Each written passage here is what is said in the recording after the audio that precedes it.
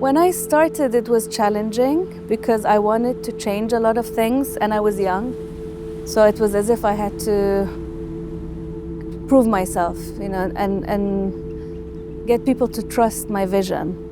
But now after 22 years, you could really see what the foundation has done for the area, for the community.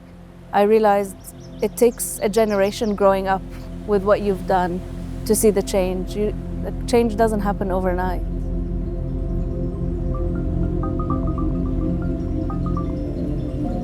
I spent a lot of time here growing up, mainly at the arts area, Al Shwayhin, where we have Beit Sarkal, and I used to teach drawing after school there when I was 15. And this area was part of the old heritage area, and a lot of these buildings were either half-built or in ruins, as you could see around.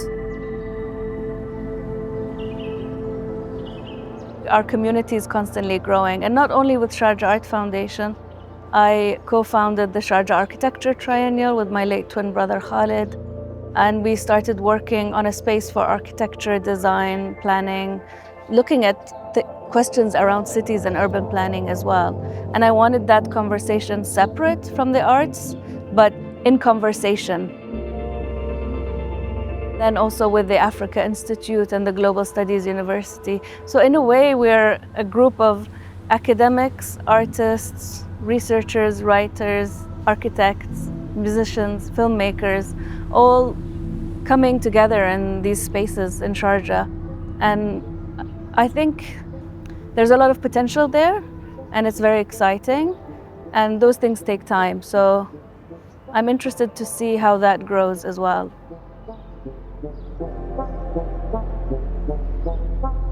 There's a good gallery scene, there's the biennial. We're very lucky that everything is at our doorsteps.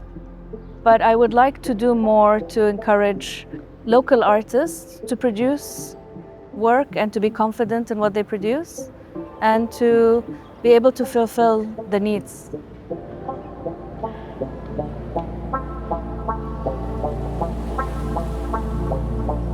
As the Sharjah Art Foundation, because we tend to use older buildings and repurpose them. So almost every space we use has a very interesting history and a memory. And for people who live in those towns or in those spaces, something that they always enjoy is that we've brought back these places to life, but still respecting their original stories, histories, or functions. So they're in different towns.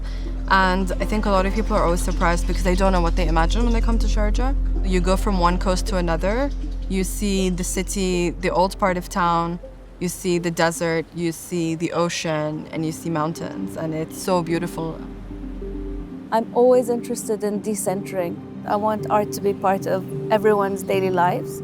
I don't want people to come to one area and think that's it, this is Sharjah and nowhere else. So for the last couple of years, I've been really trying to make sure that the program takes place all over the Emirate of Sharjah. One of the institutional characteristics of Sharjah Art Foundation, it has a very high emphasis on production. So not only exhibitions or research or collection, we always try to make new things, try new experiments, generate new language with artists. And I think that is maybe like the ultimate form of nurturing art in the region. And of course, our relationship with the regional artists, either in the UAE or its neighboring countries, are very tight. And I think that is definitely one of our primary responsibilities as an art foundation. Neighboring countries is sometimes not only geographic, it is about a certain kinship or alliance with other countries around the globe that share the same memories and experiences. What Sharjah Art Foundation does is irreplaceable. It's a very exceptional place in the sense that it has sense of multiculturalism and internationalism that is not defined by West-focused grand narratives. I think Sharjah always defines its story by its own terms, through a collegial relationship with artists. And I think as a public institution, a very exceptional model, even considering the globe.